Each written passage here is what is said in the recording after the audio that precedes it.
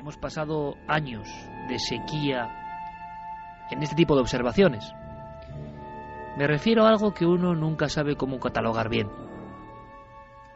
Desde niño, cuando uno ha empezado a leer los libros que hablan de los misterios que rodean el mundo, se les ha relacionado con luminarias, objetos celestes, objetos volantes. La historia nos contaba eso. Observación en el cielo, primera fase, observación tocando el suelo, a poca proximidad del terreno, incluso dejando marcas, segunda fase.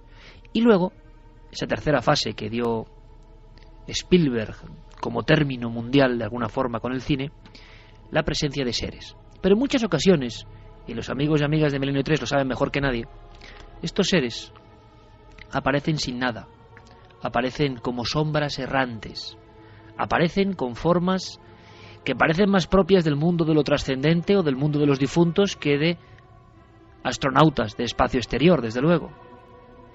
Lo que no cabe duda es que su presencia inquieta, su presencia transforma, su presencia abre áreas de la realidad completamente desconocidas, y hay quien dice que son precisamente aberturas, como mirillas, que nos permiten, aunque sea por unos segundos, ver lo que está detrás. Yo recuerdo con muchísima emoción, y lo tengo grabado a fuego, y creo que es una de las frases, porque uno al final es hijo de las frases que lee, que me hicieron ser como soy y lanzarme a una carrera un tanto, desde luego, contracorriente y extraña, como es la que ejerzo para todos vosotros y para mí mismo. Era el final de un libro que se llama La punta del iceberg, y que terminaba con las andanzas del periodista navarro JJ Benítez en busca de una serie de casos precisamente protagonizados por los supuestos tripulantes. Para él, tripulantes. En las últimas notas del libro, en esa página que yo tengo grabada a fuego en el corazón, sobre todo, más que en la mente, decía algo así como que le había llegado una noticia, un rumor. En la pedanía cacereña de Vegas de Coria, un gigante extraordinario, ensotanado, una figura oscura, había provocado el pánico y había sido vista por varias personas. Y él acababa el libro diciendo exactamente qué me deparaba el destino en Vegas de Coria. Años después tuve la oportunidad de sentir muchas veces eso, la sensación de llegar a un sitio donde ha ocurrido lo extraordinario. Uno de esos casos de ensotanados que a mí me impresionó especialmente, tanto por la facultad de doble testimonio, como por, sin duda, la categoría personal y profesional del protagonista principal, es la de Alejandro López Andrada, que es un reputado, reconocido escritor y poeta, que de pronto, junto a su propia hija, se encontró en la provincia de Córdoba, cerca de su localidad natal, en pleno camino, con una figura que iba hacia ellos, una figura que tenía todas esas características de el ensotanado, como si fuese un arquetipo, como si algo se presentase ante nosotros por algo que desconocemos. Pero quienes lo viven, quienes lo ven, no tienen la menor duda. Veréis, la última ocasión que he tenido para estar delante de un testigo de este tipo ocurrió en un monte sombrío, en un monte frío, en un monte mágico, el monte Abantos. Hay unos muchachos, uno de ellos grande como una torre, vestido con prendas militares, sin temor a casi nada, parecía un niño aterrorizado, y habían pasado unos cuantos días. Aseguraba que en mitad del camino le había surgido una especie de figura, también doble testimonio, y que de forma errante se lanzaba por los barrancos. Ahora parece que en un punto concreto de la provincia de Córdoba hay nuevos testimonios muy recientes, y nos lo cuentan ni más ni menos en una especie de doble facultad, un explorador y un escritor. Y también hay que decirlo, testigo, el mencionado Alejandro López Andrada. Es un honor tenerte aquí a estas horas, sobre todo porque es el esfuerzo. Alejandro, buenas noches. Hola, buenas noches, Iker. Alejandro, ha pasado algo en Córdoba, algo muy parecido a lo que tú pudiste ver en presencia con tu propia hija, y yo no sé, y te agradezco un montón la información a estas horas intempestivas, si nos puedes dar el último dato. ¿Qué ha ocurrido? Bueno, pues tuve noticia de ello hace aproximadamente un mes, esta fiesta navideña. Casualmente supe de que un par de jóvenes cordobeses, muy cerquita de Córdoba, cerca de la localidad de El Higuerón, una pedanía de Córdoba, vieron la misma figura ensotanada, gigantesca, que habíamos visto mi hija Rocío y yo hace unos años. ¿Y te dieron más detalles? ¿Eran diferentes testigos? ¿Fue en un lugar próximo a donde tú lo viste? ¿Y hasta qué punto pudieron verlo? ¿Con qué calidad o con qué nitidez? Bueno, pues te estoy hablando esta misma noche porque indagué y hablé con uno de los dos chicos, con Rafa, y me dijo que lo tuvieron prácticamente a unos 8 o 10 pasos de ellos, aún más cerca de lo que yo lo tuve. Parece ser que fue algo de tanto impacto que este chico y su compañero y su amigo aún siguen marcados y no lo han olvidado. Fue algo impactante y terrible. No sé, la situación debió ser muy difícil porque ellos venían hacia su casa en el coche, parece ser que pincharon, se apartaron de la carretera y afuera de la carretera de un caminillo surgió esta figura que los chicos vieron que venía hacia ellos. No tuvieron prácticamente tiempo de reaccionar porque poco más de un minuto se presentó delante de ellos. Rafa, uno de los protagonistas, dice que venía flotando. Cuando se dio cuenta lo tenía delante y creo que fue su amigo el que le habló. Bueno, le preguntó, le inquirió que quién era, qué quería. Pues parece ser que se vino aún más hacia ellos y salieron corriendo despavoridos, subieron al coche. El coche estaba pinchado y todo, pero como pudieron llegaron a una gasolinera y desde allí, bueno, parece ser que llamaron a una grúa para que fuera a recogerlo y más o menos fue así la escena, según me cuenta uno de los protagonistas, como te digo. Una figura que flotaba de gran estatura y que prácticamente parece un retrato robot a lo que tú pudiste ver junto a tu hija Rocío hace ya algún tiempo, y con el mismo comportamiento de alguna forma. ¿Llegan a ver rostro? ¿Llegan a ver algo más definido que lo que tú y tu hija pudisteis comprobar? Bueno, parece ser que lo tuvieron aún más cerca, porque yo recuerdo que con mi hija estuvo lo más cerca que lo tuvimos fue unos 20 metros. Esto lo tuvieron mucho más cerca y parece ser que miraron intentaron iluminarle el cuerpo y el rostro con el teléfono móvil, con la débil lucecilla del móvil, y según me dice Rafa, nada, no tenía rostro. Fue lo que más le sorprendió y lo que más le asustó.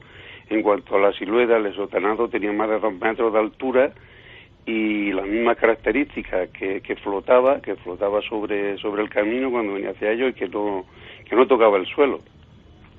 ¿Y son personas de absoluta confianza, Alejandro? Totalmente, tanto que yo había hablado con la madre antes porque el chico no quería dar testimonio, y ya me dio su móvil y esta noche, como te decía, estuve hablando con él y me dijo que sí, que vamos, estaba aquella noche parece ser aterrorizado.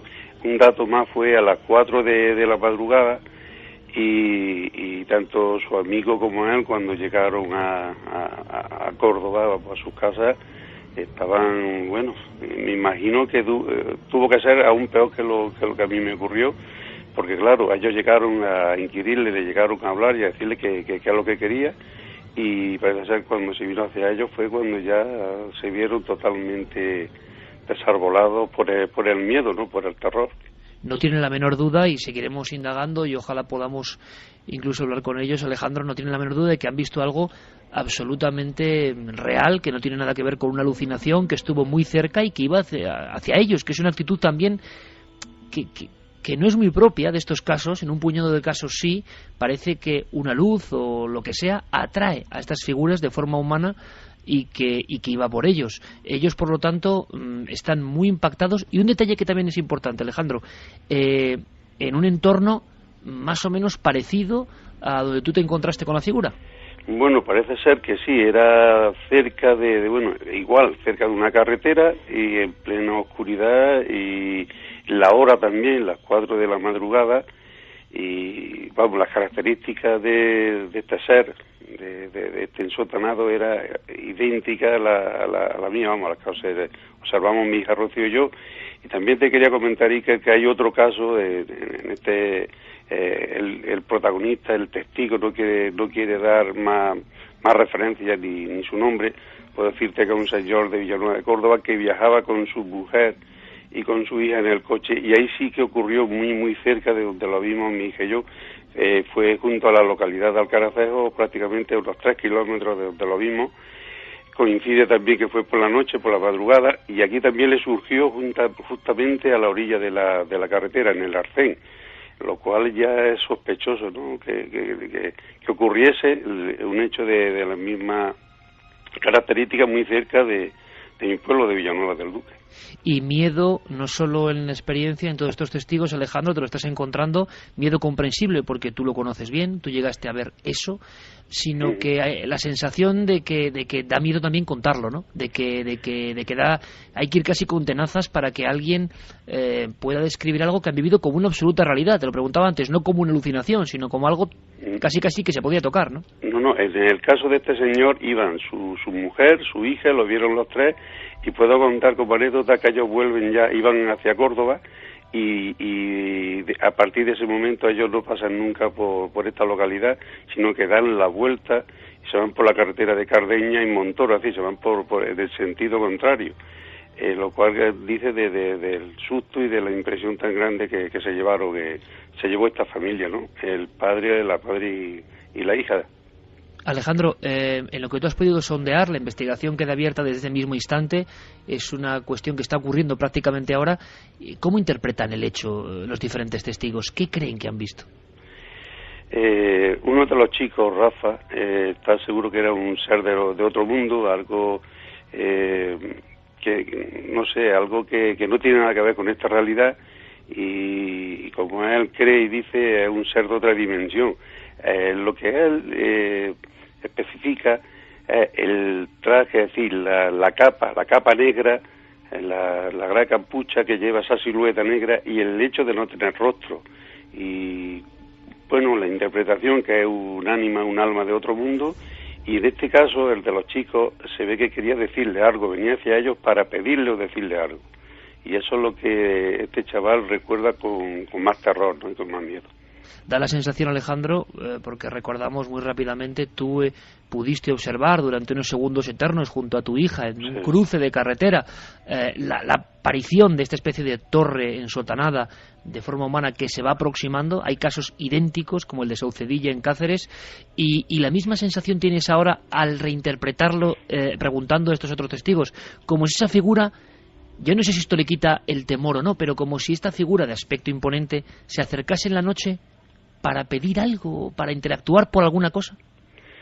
Bueno, el de los chicos, de hecho, se vino hacia ellos y venía eso, a pedirle algo, a decirle algo. El caso de la familia de Villanueva de Córdoba parece ser que no, que es que surgió de la misma orilla de la carretera.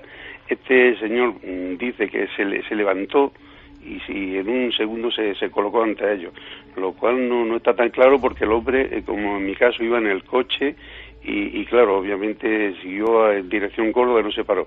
Lo de los chicos es mucho más claro, porque este chaval, Rafa, me dice a mí que estuvo más, no sé, 2-3 minutos delante de la silueta, lo vieron avanzar hacia ellos, y le dio tiempo de verlo, de mirarle y de alumbrarle con la luz del móvil. Y bueno, y parece ser que sí, que venía en busca de ellos. Ahí sí fue en busca de la luz, como tú bien decías. Alejandro, ¿no hay constancia de que pudieran fotografiarlo, filmarlo? Parece ser que no, que no le dio tiempo de nada. Fue a alumbrar y al ver que no tenía rostro, salieron como alma que del diablo, subieron al coche, como digo. Es que incido mucho en esto, el coche estaba pinchado, aún así consiguieron llegar, como digo, a la gasolinera, y cuando llegaron a su casa iban presa de un terror indescriptible. Según me comentó la madre también, con la que yo estuve hablando. Un coche pinchado en mitad de una carretera, dos amigos lo están arreglando y de pronto observan que por el arcén viene una figura que flota. Yo creo que es una de las experiencias más terroríficas que nadie puede imaginar. Hay que seguir indagando, mismo retrato robot, zona más o menos delimitada. Alejandro, te agradezco muchísimo la información, ojalá saquemos más cosas en claro, pero desde luego tenemos testimonios de personas normales y corrientes que cuentan algo que es difícil de contar, porque ¿quién lo va a creer? Claro, los que lo han vivido como tú sabéis que es una realidad que de vez en cuando se manifiesta. Sí, no, quería decirte solamente, Iker, que el chico incluso está dispuesto a hablar. Este chico parece ser que ha superado ese miedo tanto a decir algo que los demás no pueden creer, como el miedo de superar esa experiencia, y te puedo decir que el testimonio es absolutamente real y totalmente creíble. Pues gracias, Alejandro, porque es un peldaño más, es una muestra de valentía más, y yo cada vez valoro de forma muy especial, como es tu caso, a las personas que os atrevéis a dar el paso, a decir, pasan estas cosas, las hemos vivido, algo quieren decirnos. Alejandro López Andrada, amigo, mucho éxito, mucha suerte y un abrazo enorme. Gracias, un abrazo, Iker.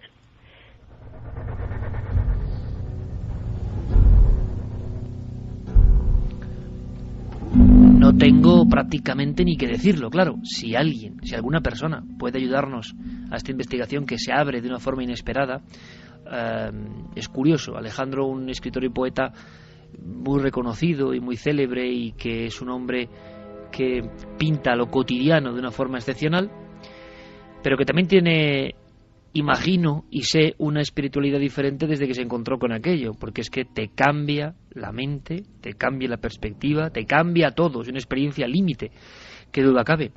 Y ahora el testimonio, la fuerza para contarlo, lo contó el año pasado en Cuarto Milenio, junto a su hija, con una seriedad, con una coherencia, los dos contando lo mismo.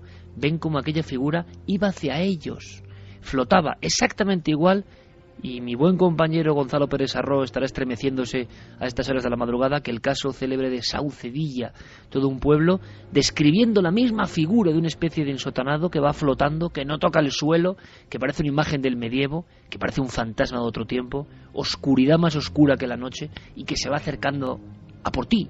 Claro, una figura de 2 metros o metros y pico, si es así esa visión, sea lo que sea, que yo no sé, que te viene por el arcén y tú estás arreglando la rueda. Yo creo que tiene que ser algo muy próximo al pánico, pero también nunca más cerca hemos estado de tener una filmación, imagino, una prueba, si ellos tenían un móvil, aunque en plena oscuridad, vete a saber, pero para registrar ese momento, aunque hay que ponerse en el pellejo de quienes estaban delante de la figura, ¿no? Yo he tenido, por fortuna o por desgracia, alguna oportunidad de ver algo que creía que era extraño y olvidarme hasta las cámaras, siendo periodista, y lo digo de buena ley. El nerviosismo en el que uno entra hace que todo cambie, que todo varíe.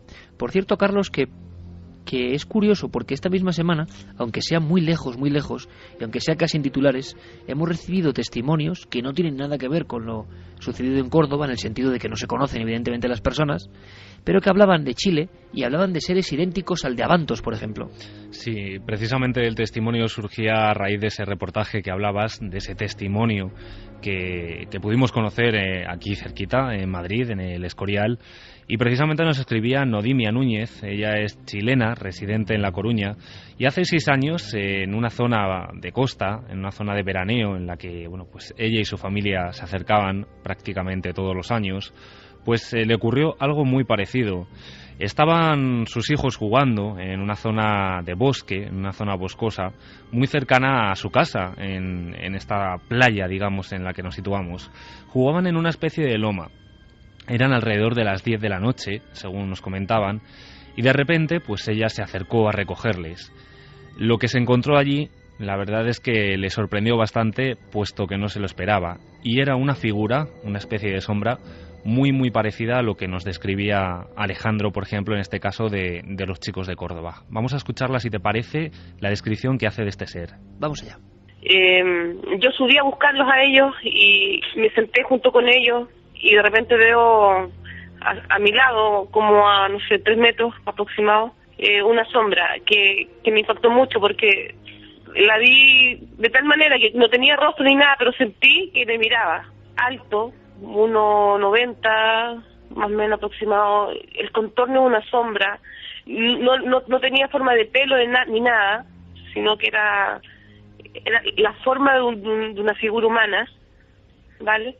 Y era oscura totalmente, pero como que te producía, al mirarlo, como que tú veías a través de esa sombra, como que tú veías a través de él.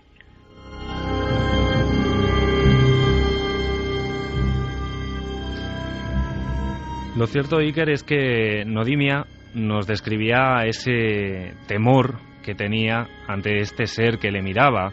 Fueron muy pocos segundos, puesto que esta figura, esta sombra tal y como la describe, Rápidamente se escondió entre los árboles, entre la oscuridad, y bueno, a Nodimia lo que sí se le quedó fue una sensación de que sus niños, en este caso, y el resto de chicos que jugaban con ellos, corrieron mucho peligro. Claro, se escabulle, se mimetiza con la oscuridad. Pero fue como en cosa de segundo. Bueno, fue bastante fuerte la experiencia de ver, de sentir también de que estaba entre medio de tantos niños. Ahí habían alrededor de 14 niños jugando. Uno de los chicos había comentado que había sentido un ruido entre medio de las ramas. Y eso no fue cuando yo grité y yo vi eso. El chico dijo, yo hace un rato sentí sonar una rama, y a mí el hecho de ver lo que vi ahí en ese momento, yo lo único que quería era salir corriendo. Como estaban mis dos niños ahí, les pedí por favor que salieran de ahí, porque quizás de cuánto rato estaba eso ahí. Fue por varias semanas que me sentí que no los quería dejar salir, por lo mismo, porque yo sentía que él buscaba algo. Yo sentí en ese momento que él venía por uno de los niños. Como es lógico, Carlos, esta mujer teme por la concentración de niños que hay ahí y da una perspectiva como muy gráfica, ¿no?, del miedo que sienten algunos testigos, en este caso por otros infantes que andan por ahí revoloteando. Y esa historia del sonido de ramas partiéndose, yo lo he escuchado en varias ocasiones, en casos muy célebres como el de Talavera la Real, soldados que antes de que aparezca algo muy parecido a esto de alguna forma, más definido, pero también como flotando, y escuchan, recuerdo perfectamente la expresión que me puso la sangre helada de: escuchamos instantes antes de que apareciese algo imposible oficialmente, como si alguien avanzase con un hacha cortando las ramas, que es exactamente lo mismo, que es también bien curioso, que llegan a escuchar los testigos del monte Abantos, ¿no? Alguien que bajaba por entre el ramaje, como si fuera una criatura que no pertenece a este mundo, quién sabe, y que se muestra por algo. Claro, también en Córdoba pensaban que era casi un ánima. Es curioso cómo pesa la sociología, ¿no?, y la religión dentro de todo esto. Lo cierto, Iker, es que no ha sido el único episodio que vivió Nodimia, porque su sobrina, a la semana siguiente, a las 5 de la mañana, bueno, ella nos comentaba que era muy típico en esa zona reunirse para compartir momentos con la familia, haciendo pues una hoguera en torno a la que estaban pues conversando tranquilamente. Su sobrina de repente le dice que hay algo en una esquina de su casa.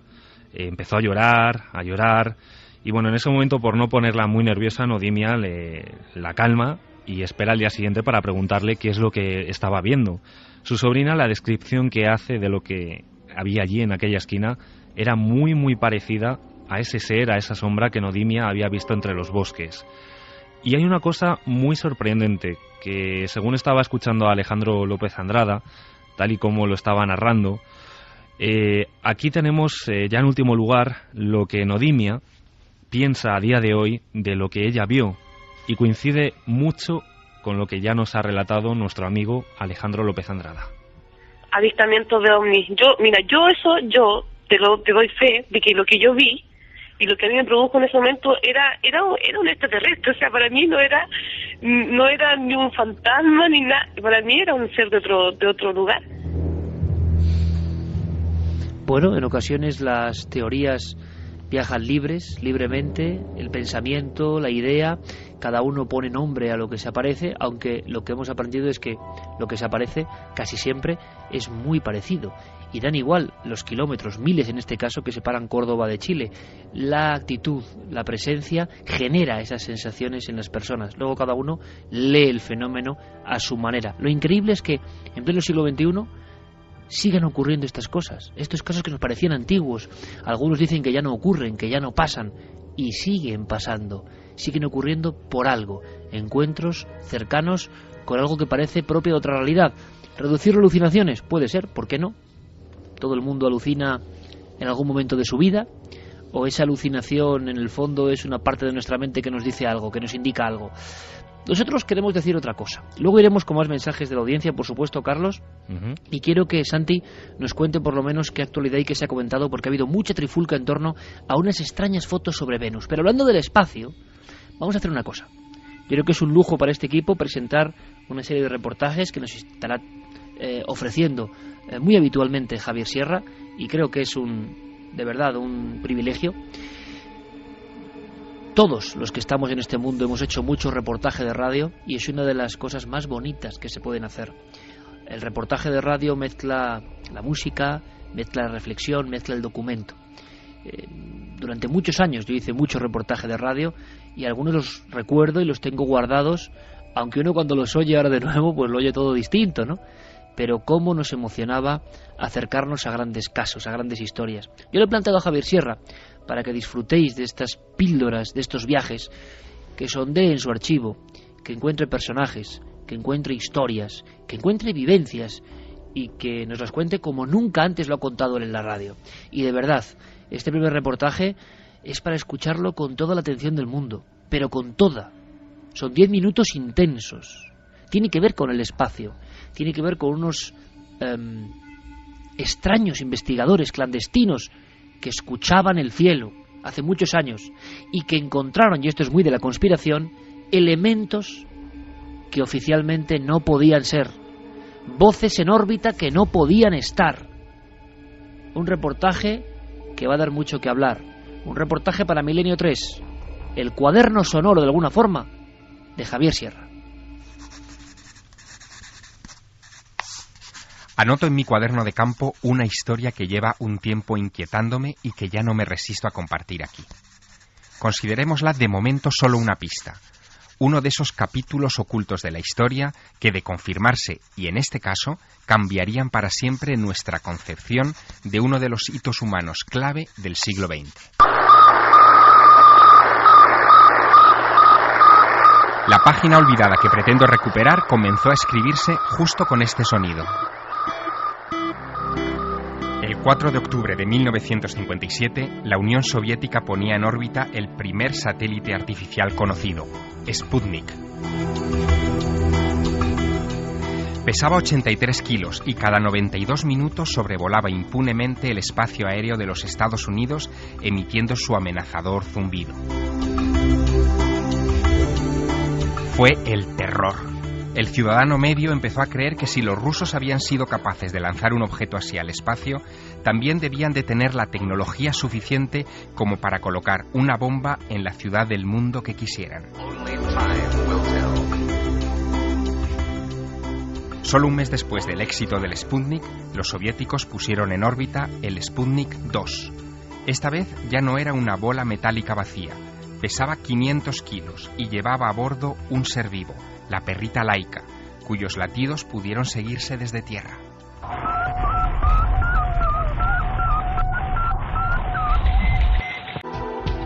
No es muy conocido el hecho de que radioaficionados de todo el planeta orientaban en esos días sus antenas al espacio para escuchar las transmisiones de estos ingenios. Buscaban las frecuencias en las que emitían, calculaban su posición y aguardaban sobrecogidos a que sus amplificadores les dieran unos minutos de escucha. Yuri Gagarin стал первым космонавтом планеты. En efecto, el 12 de abril de 1961, los soviéticos volvían a dar un golpe de efecto a la carrera espacial, adelantándose otra vez a los americanos al situar a un ser humano en órbita de la Tierra. Todo salió perfecto, casi como si lo hubieran ensayado. A bordo de la nave Vostok 1, Gagarin completó una órbita alrededor del planeta y descendió cayendo en un remoto pueblo de la provincia de Saratov. Lo que los rusos no previeron era que una miríada de radioaficionados en Occidente siguiera sus pasos, y en especial los dos que he mencionado, los hermanos Yudica Cordiglia. Habían instalado un sistema de antenas y un receptor de 10 válvulas con un convertidor de frecuencia en la azotea de la mansión de su padre, un afamado médico turinés.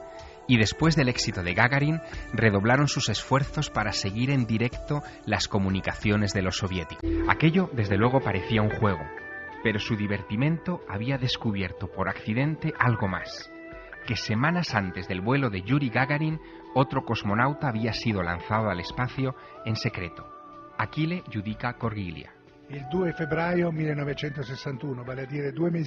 de febrero de 1961, esto es, 2 meses antes del lanzamiento de Gagarin, recibimos la señal de un satélite y en un determinado momento desaparece esa señal y aparece primero una respiración forzada y agónica y luego un latido cardíaco.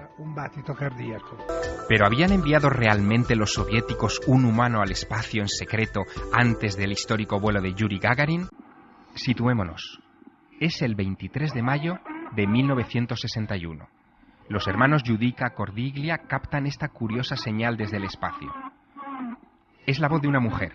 Hasta ese momento, los 2 únicos seres humanos que han salido oficialmente fuera de la atmósfera terrestre son Yuri Gagarin y, a principios de aquel mismo mes, el norteamericano Alan Shepard. Ambos son héroes mundiales. Pero extrañamente nadie ha hablado aún del lanzamiento de una mujer al cosmos.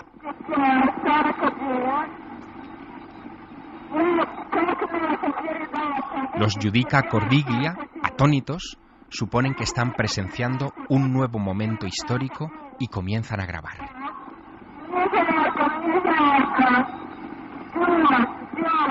Esta retransmisión es en ruso.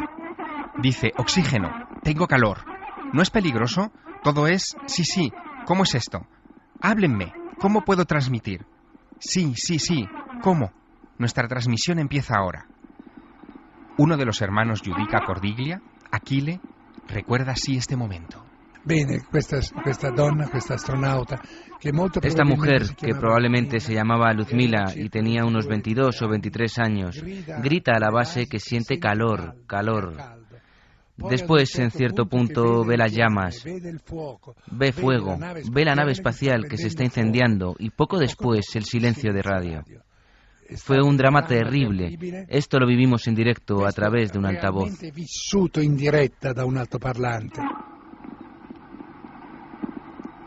Tengo calor. Escúchenme, tengo calor. Puedo ver una llamarada. ¿Qué? Veo fuego. Tengo calor. 32, 41. Y así indefinidamente en este documento verdaderamente agónico.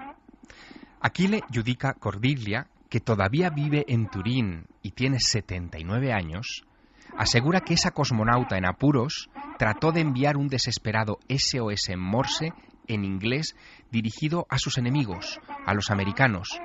Y según él, la cosmonauta aún llegó a decir algo más. Esto el mundo no lo sabrá. Esto el mundo no lo sabrá. Es eso lo que esta mujer ha gritado desde el espacio, a las bases de tierra, a las bases soviéticas, mientras intentaban por todos los medios traerla de vuelta a nuestro planeta. Se daba cuenta de que su misión había fallado y entonces increpa a la base: hacedlo bien. Esto el mundo no lo sabrá. Fate pure, tanto questo il mondo non lo saprà. Hay algo más que me sorprende. La historia de esta retransmisión fue tomada. Los titulares fueron tan impactantes que a las autoridades... En este boletín del 7 de abril de 1965 se desacreditan las informaciones publicadas en la prensa italiana e incluso en The Washington Post en aquellos remotos días de los inicios de la carrera espacial. Un tiempo, aseguran los radioaficionados, en el que los soviéticos solo reconocían y daban nombre a las misiones que tenían éxito. El resto, las fracasadas, las que se cobraban vidas humanas, se olvidaban para siempre.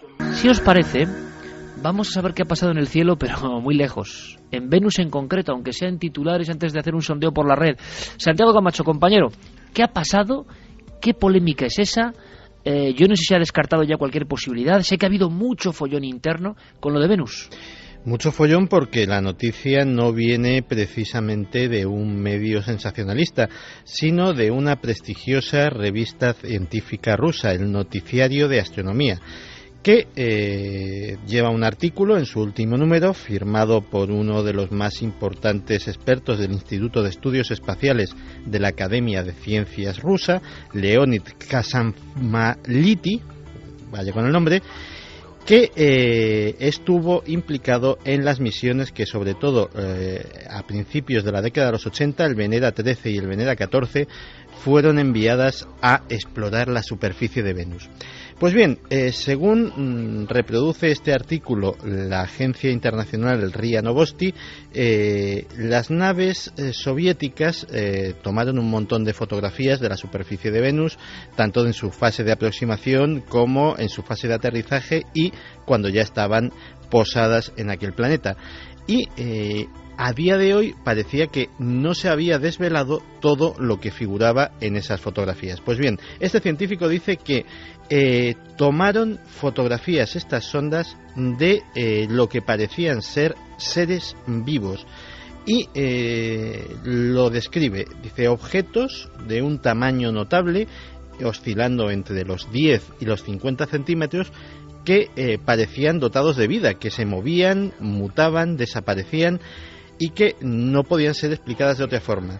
De hecho, algunas pues tenían forma de disco, otras como un jirón negro que se desplazaba en las diferentes fotografías, iba cambiando de posición, y otra hablaba de un alacrán, de una especie de escorpión que incluso describe este científico como quedó enterrado por la polvareda que levantó una de estas sondas antes de posarse en Venus y despacito pues se fue desenterrando él solo y se alejó corriendo de aquello que podía haberle asustado. El problema, lógicamente, es que en Venus hay un consenso absoluto de que ni hay vida ni puede haberla.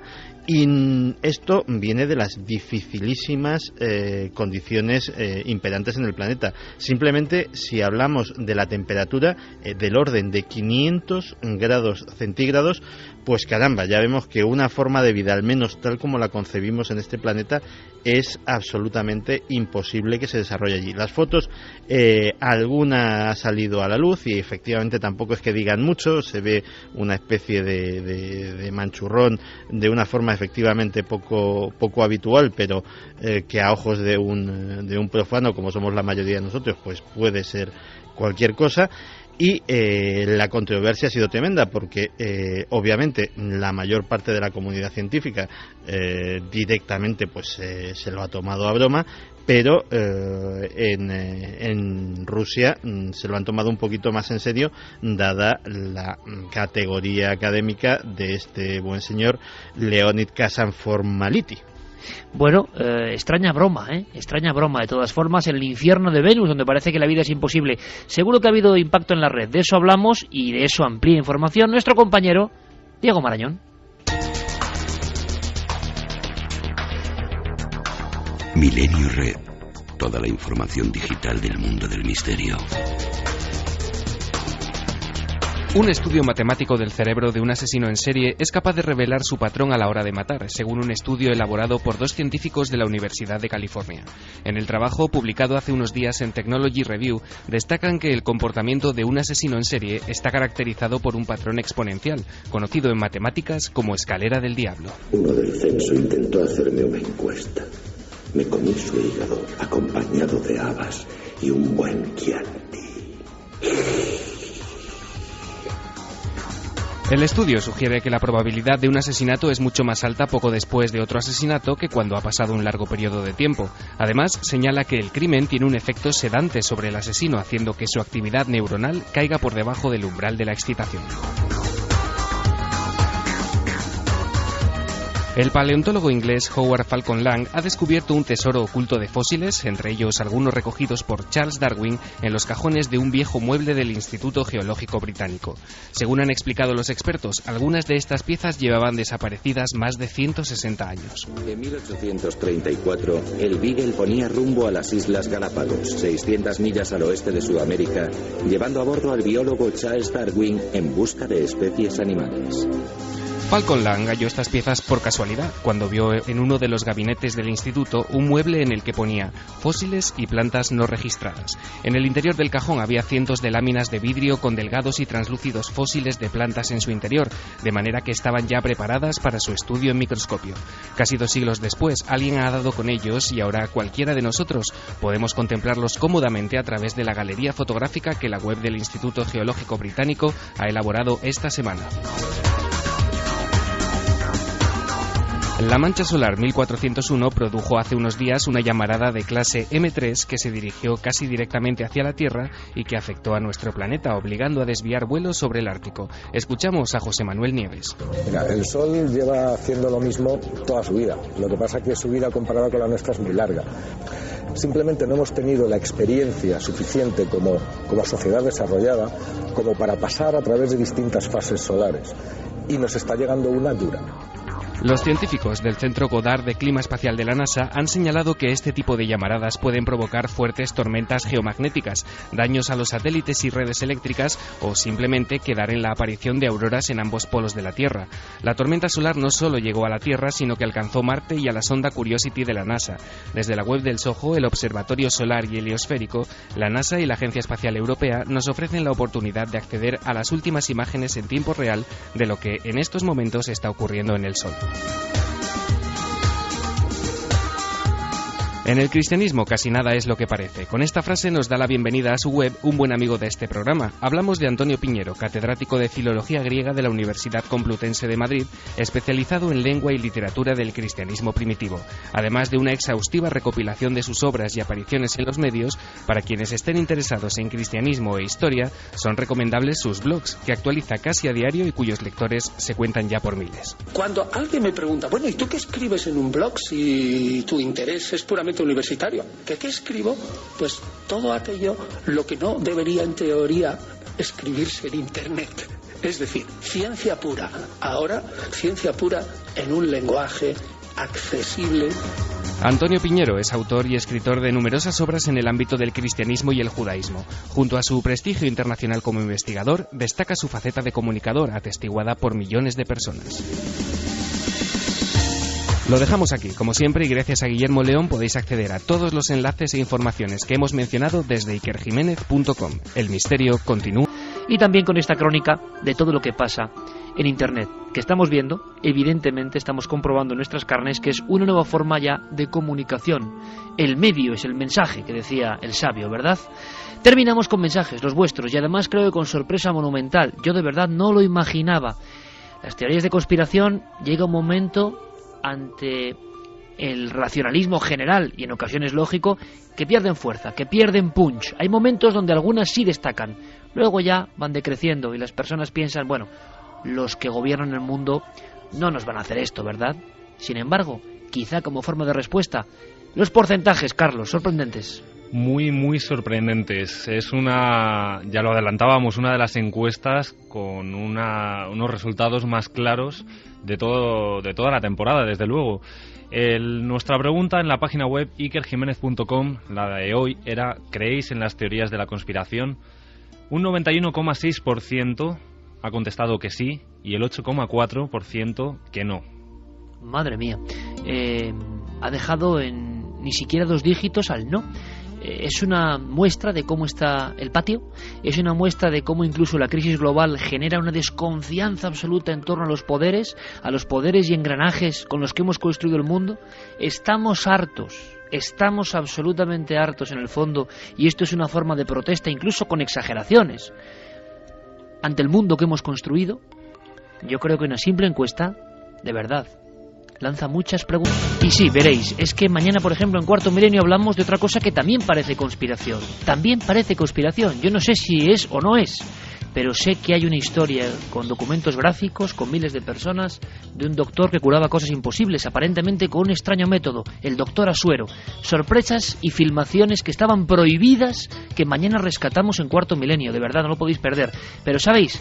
Todo esto genera muchas interrogantes que habrá que responder. Estamos en un cambio de ciclo global, mundial, y si tanta conspiración, ¿cómo un programa como Milenio 3, que no hace más que denunciar, que no hace más que contar lo que nadie cuenta, que está completamente puesto en el otro lado de lo ordinario, normal, lógico, con lo que nos bombardean, cómo nos dejan seguir? Es una buena pregunta, ¿verdad? Esta es una noche especial, una noche de sueños, una noche de investigaciones, una noche de búsqueda de respuestas, y nuestro primer dossier tenía esa doble motivación: saber en qué punto estaban las investigaciones, si se había avanzado algo.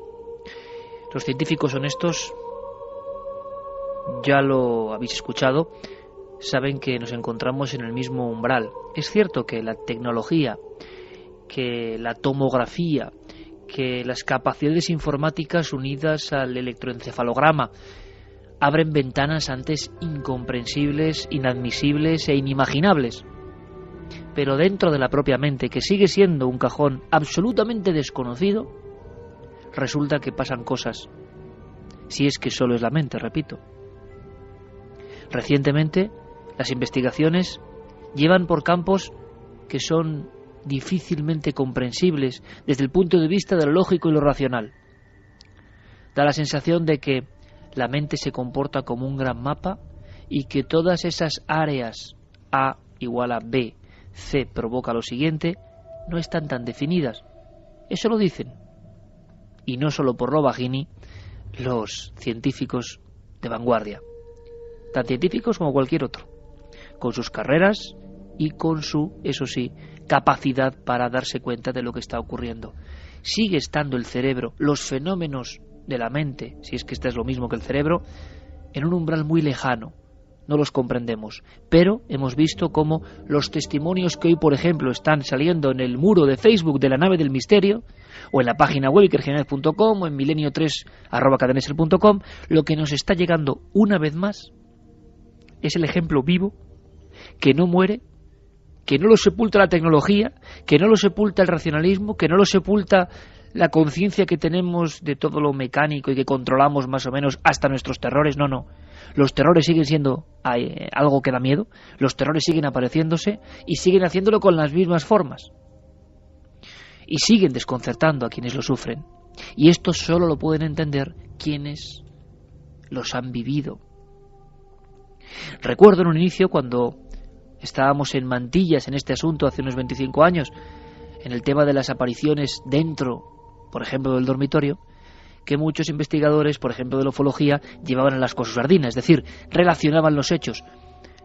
Un caso impresionante, por ejemplo, en Santander, en la provincia, entonces de Santander, hoy en Cantabria, en la comunidad autónoma, una persona que se despierta, le falta la respiración, notas se queda en la garganta, angustia, oye un zumbido. Está junto a su esposa, se despierta, mira hacia la pared, lisa, vacía, sin televisión, sin nada, hablamos de final de los 70, y descubre una figura que le aterra porque es tan alta que tiene que encorvarse ligeramente para observar. Su espalda, con la cabeza más baja, como quien está espiando, roza con el techo. Y está ahí. La sensación que tiene este hombre, que tendrá durante toda la vida, es que se ha despertado a destiempo, que eso estaba ahí mirando fijo durante horas y que no estaba en el guión despertarse en ese momento. Él lo hizo gracias a ese zumbido, esa alarma, y entonces contempló algo que ni siquiera cabía en sus parámetros mentales. Después soñó con esa figura. Viajante de comercio en algunos hoteles, en la soledad de la habitación, a veces con la puerta abierta del baño y viendo el reflejo de esa figura, pero él sabía que era un sueño. Él sabía que eso era el producto de un terror. Él sabía que en su cerebro se habían registrado una serie de elementos incomprensibles y que llevan a estar ahí para siempre. Pero también él sabía, y esto es lo importante, que no tenía nada que ver toda esa retahíla de visiones, recuerdos, sugestiones con la primera vez. La primera vez él sabía que era una profunda verdad, que estaba ahí, por algún motivo, mirándole.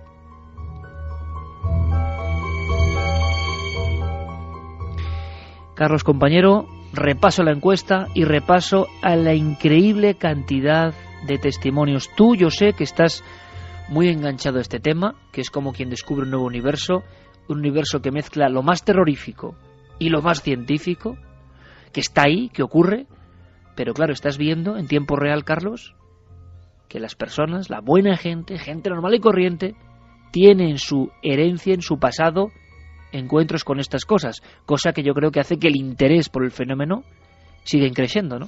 Sí, porque además, Iker, según estabas haciendo este relato, me venía a la cabeza precisamente también como la doctora Adler describía a unas criaturas que los Homón tenían en su tradición, en su cultura, que son los llamados Dapsok o Dapsuban, que son esos seres diabólicos que por la noche pues aterrorizaban a sus víctimas apretándole en el pecho. De hecho, las propias palabras hacen referencia a eso, a espíritus malignos que presionan en el pecho de sus víctimas hasta prácticamente quitarles la vida. Y eso es lo que nos están transmitiendo muchos de los oyentes. Hay muchos casos, además, Carlos, que tienen como una raíz común. Por cierto, que en China, si yo, pronunciar bien esto es imposible, pero Gu Yuan Chuan significa algo así, que los profesores de chino no me peguen con la maza, pero espectro que presiona el pecho, fantasma que presiona el pecho. Los primeros testimonios escritos hace más de 2.500 años. No está nada mal. Cuéntame, Carlos. Pues mira, si te parece, vamos a revisar cómo van los resultados de la encuesta. En ikerjimenez.com hemos preguntado a los oyentes: ¿habéis sufrido alguna de estas anomalías del sueño? Recordamos que podéis marcar varias opciones. Y ahora mismo la encuesta, además con un nivel de participación muy alto, tiene un 40,7% como respuesta a hablar dormido, un 31,5% padecen parálisis del sueño, un 14,1% dicen haber tenido experiencias con visitantes nocturnos. 14,1%, Y 13,7%, también no deja de sorprender, sonambulismo. Vamos a ver algunos de esos mensajes que llegaban a nuestras vías de contacto, al correo electrónico milenio3@cadenaser.com, a la página web cadenaser.com y a nuestras redes sociales, La Nave del Misterio en Facebook, en Twitter y en Google+. Por ejemplo, Mir nos escribía y nos decía que de pequeña sufría terrores nocturnos, que una vez supuso que era un diablo lo que vio y que se desmayó del susto. En la actualidad sufre de parálisis nocturna. Nos decía Bellaluna: hola, buenas, durante muchos años he vivido estas experiencias de apariciones a los pies de mi cama. He visto durante años a mi abuelo fallecido, y a día de hoy a veces le veo. Y durante años he sentido todas las noches cómo me besaban en la cara al despertarme. No había nadie. Un saludo desde Málaga. Víctor de Sevilla nos decía que una noche iba al servicio que está justo enfrente al cuarto de sus padres. Cuando encendió la luz vio a su padre con los ojos muy abiertos y en blanco, y haciendo extraños ruidos. Cuando fue a despertarlo asustado, su madre dormida dijo: Rafael, ya está. Y se le volvió a poner la cara de bonachón y dejó de hacer los ruidos. Nunca se le olvidará esa cara como de poseído. Silian también nos decía que ha experimentado parálisis del sueño en 2 ocasiones, pero que le decían que eran las ánimas benditas que le asustaban. Manuel García nos ha dicho también que le pasa muchas noches que se siente en peligro y que sale corriendo de la habitación. Juan Miguel, por ejemplo, también nos describía que cuando somos más vulnerables es cuando estamos dormidos y que por eso es cuando se tiene más miedo. Nuria nos decía que nota muchas veces unas manos sobre el cuello intentando asfixiarla. Intenta moverse pero no puede. Al desaparecer esa presión sobre el cuello, nota que le observan desde el cabecero. Magnolia desde Córdoba: ¿es posible que cuando uno pasa por épocas de estrés o nervios, estos episodios de parálisis del sueño se intensifiquen? A mí me ocurre. Fabiola nos escribía y nos contaba también una experiencia. Hola, buenas noches. Tengo un primo pequeñito de 7 años que desde hace 3 años va de psicólogo en psicólogo porque está empeñado en que el señor de la lata le tira de las sábanas. Empezó con 5 años a decir que una noche oyó un ruido como de unas latas al caer, un sonido metálico. Desde entonces dice que a los pies de la cama un señor le tira de las sábanas y sus padres están muy preocupados. Decidieron llevarle a unos especialistas y estos alegan que son sueños, pero el niño sigue sin poder dormir solo y apenas con oscuridad. Rocío nos contaba que tiene un sobrino que desde que tenía los 5 años sufre también pánicos nocturnos. El solo verlo da miedo, él vive realmente lo que está viendo y lo dice, luego cuando se despierta. Álvaro de la Nava: a mí me pasó, una noche me desperté y no podía moverme, solo sentía que algo estaba sentado en mi cama. Toñi Bepa decía que también quedarte totalmente fría y en pleno mes de agosto en Córdoba de madrugada, completamente inmóvil y sentir el frío flotando sobre ella, oír golpes rítmicos aproximadamente 1 hora, no poder abrir la boca para pedir ayuda y al día siguiente estar completamente débil. ¿Qué pudo ser?, nos pregunta. Ahí está una clave importante, otra más. Otro de los elementos que vienen especificados en esos tochos de investigaciones psicológicas, psiquiátricas y médicas, por supuesto. Lo de gritar y no poder gritar. Nuestra laringe, de alguna forma, nuestra boca quiere hacerlo, pero el grito no sale. Estoy seguro que ahora muchos amigos están diciendo: sí, oiga, eso me pasó a mí. En fin, vamos a cambiar de inmediato de ritmo y de rumbo, pero en el fondo estamos viendo que se repite esa constante. ¿Y por qué lo repito yo tanto? Pues porque quiero que se diga, y porque nuestra misión y nuestra función es por lo menos ser una astilla en ocasiones ante lo establecido, ante el cloroformo global. Creemos que tenemos de todo, que resolvemos todo, pero hay, amigo, cuando nos vamos dentro del bosque, lo dice el buen amigo antropólogo Cardero, cuando el hombre con sus dispositivos electrónicos, su conciencia de dueño de la realidad, entra a 150 metros en el bosque y está en la oscuridad del bosque de verdad, se acabó toda la pátina que tenemos y volvemos a los terrores y a ser eso, simplemente lo que somos, hombres en mitad de un mundo lleno de cosas desconocidas.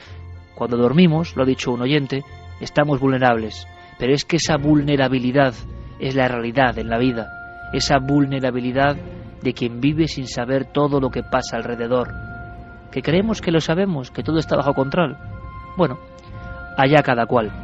Y bajo control se ha hablado de la red, bajo controles diferentes y extraños. Se ha hablado de batallas cibernéticas. Yo no sé casi nada, de verdad. Soy un hombre del Paleolítico perdido en el siglo XXI y quiero que mis amigos, los que sí saben, me lo cuenten. Noel Calero, vamos hacia los mundos de la conspiración. Santiago Camacho, compañero. Buenas noches, Iker. Buenas noches, maestro de la conspiración, maestro de lo cibernético. ¿Qué demonios está pasando? ¿Qué líos están surgiendo en el mundo de lo digital? Me han dicho eso de primera guerra en la red. Quiero saber, y quiero, por favor, Carlos, algo muy atento, compañero, quiero también las opiniones de nuestros amigos, pueden hacerlo en nuestras vías de contacto, sobre este fenómeno que toca de lleno Internet. Permíteme que conectemos con ese estudio en uno de los lugares más bellos de España. San Vicente de la Barquera, Diego Marañón, buenas noches. Hola, Iker, buenas noches, ¿qué tal? Otro de nuestros grandes cronistas, está pasando algo. Yo no sé si podéis darle un titular. Quiero un titular de Santiago Camacho y otro de Diego Marañón. Pues el mío sería: algún día en los libros de historia figurará lo que está sucediendo en las últimas 2 noches, aunque haya pasado desapercibido para muchos. No está nada mal, Santi. Diego, el tuyo. Que en 24 horas la WWW ha pasado de ser la World Wide Web a la World War Web, a la Guerra Mundial de Internet. Bueno, no está nada mal. Y ahora sí es posible, a este hombre de las cavernas que vive en este mundo que soy yo, y seguro que a muchos se comparten mi visión, y a otros que están súper metidos. Yo solo soy un aprendiz y gracias a Guillermo León. Pero, ¿qué está pasando? Me lo podéis ir contando. Abrimos el diálogo, el debate. ¿Cómo podemos contar todo lo que ha pasado en esas 2 noches que dice Santiago Camacho son históricas? Hombre, yo creo que deberíamos, antes de empezar con estas 2 noches históricas, y de hecho, para que te hagas una idea de hasta qué punto estamos hablando de una guerra, en las páginas web y en los foros afines a Anonymous, esta noche no hacen más que aparecer mensajes de Tango Down, blanco derribado, refiriéndose a montones de páginas web. La última ha sido la página web de Sony en Reino Unido. Eso está pasando ahora mismo, Santi. Sí, esa batalla está ahora mismo ocurriendo. Esos mensajes de Tango Down se están repitiendo durante toda la noche, y anoche eran incluso mucho más frecuentes. Y ya te digo que la última de hace un ratito, Sony Co. UK acaba de caer de lleno. Madre mía, y entonces, bueno, es que es tan gráfico. ¿Por qué se ha llegado a esto? ¿Qué está ocurriendo? ¿Qué está pasando? Y luego, por supuesto, vuestras reflexiones. ¿Por qué se inicia esto exactamente? Yo quiero saberlo todo, Santi, Diego. Y cómo se llega a algo que nos parece casi fantasmagórico, pero ojo, real, lo estamos viviendo, Primera Guerra Digital. Pues vamos a ver cómo nos lo repartimos, Diego. Yo creo que deberíamos empezar no por lo que ha sucedido estas 2 noches, sino por los precedentes. Los precedentes son la promulgación o el intento de promulgación de 2 leyes muy polémicas en Estados Unidos, la SOPA y la PIPA, que con esos nombres pues parece que son cosa de broma, pero desde luego no lo son. Son 2 leyes contra la piratería y teóricamente a favor de la protección protección de los derechos de autor, pero que son sumamente restrictivas, que ya abrieron una primera guerra. La primera guerra fue una guerra abierta entre dos de los lobbies más poderosos que actúan sobre los políticos de Washington.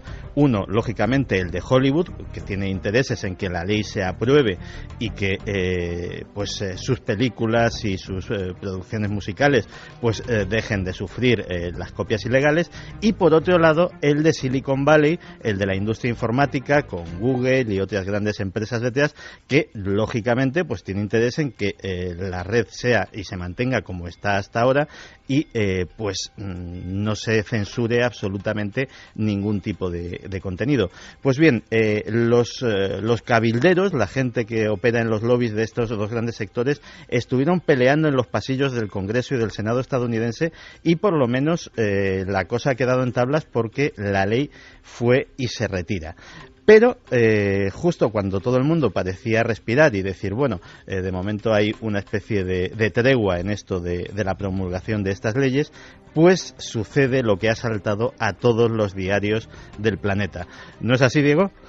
Pues sí, la verdad es que con todos los días que tiene el año también es mucha casualidad que el cierre de Megaupload y el estallido de lo que se ha llamado la primera guerra digital haya coincidido apenas 24 horas después del apagón que tuvo lugar esta semana y del que ya hablamos la semana pasada en Milenio Red, y que hizo caer voluntariamente a páginas como Wikipedia, como Google en Estados Unidos, ¿no?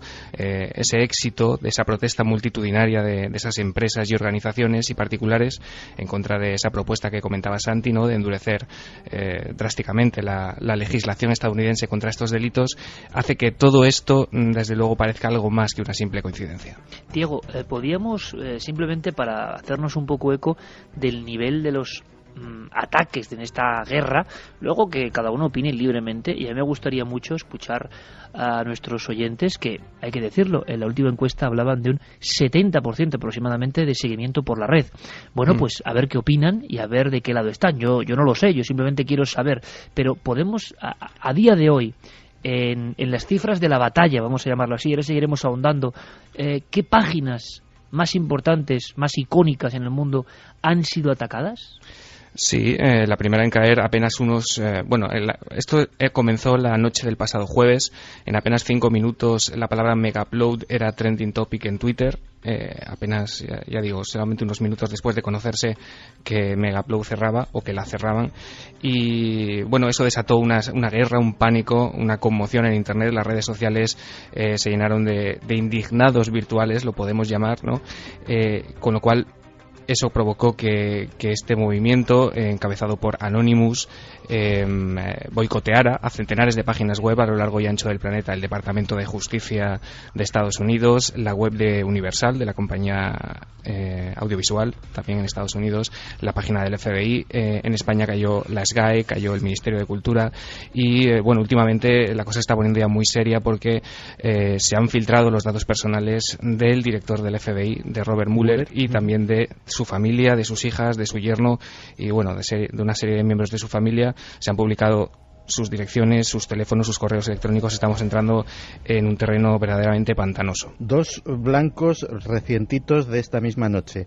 También ha caído la página de la multinacional Monsanto, que se dedica a temas de ingeniería biológica, de patentes de semillas y todo este tipo de cosas. De esas has hablado tú mucho, Santi. Efectivamente.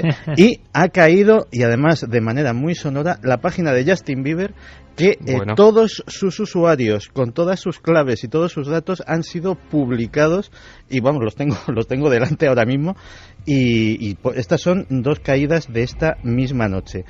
La detención también de la cúpula de Megaupload fue algo sonado, fue ni más ni menos que en Nueva Zelanda, donde un curioso y pintoresco personaje, King.com, recibió a la policía atrincherado en la habitación del pánico de su enorme mansión, y con una escopeta. Lo consiguieron sacar sin violencia después de unas negociaciones. Y la verdad es que la escalada bélica, cogiendo digamos el símil, está siendo enorme.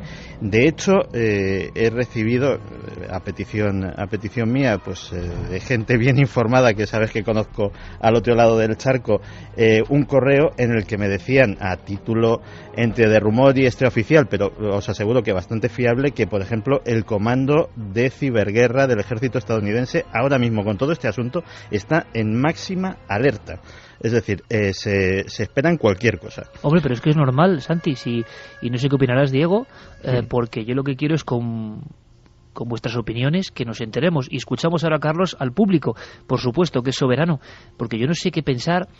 Si alguien publica los datos de las personas del FBI, quiere decir como aquel anuncio, ¿os acordáis? Hace muchos años, cuando una famosa videoconsola salía al mercado, no subestime el poder de... ¿no?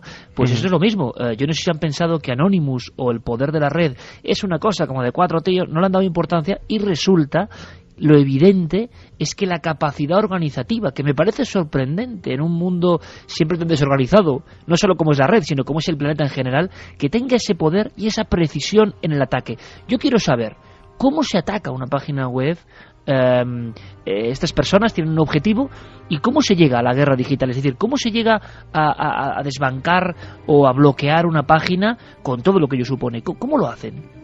Pues básicamente a través de un ataque de denegación de servicios, que sería un poco complejo de explicar aquí ahora mismo en qué consiste, pero además, Iker, fíjate que cada día, cada hora, se van conociendo nuevas herramientas que en esta guerra digital están haciendo aparición. Hay una novedad que ha aparecido en estas 48 horas, y es un enlace que está circulando por Twitter entre los tuiteros, sobre todo hispanohablantes, y si pinchas en ese enlace, yo todavía no me explico cómo, pero activas una web que lanza un ataque de este tipo en tu nombre sin preguntarte ni siquiera si sabes lo que estás haciendo. Pero es un ataque trampa, entonces. Es un ataque trampa para la empresa a la que le afecta. Quiero decir, tú estás colaborando con Anonymous. Ah, o sea, tú eres consciente de ese ataque.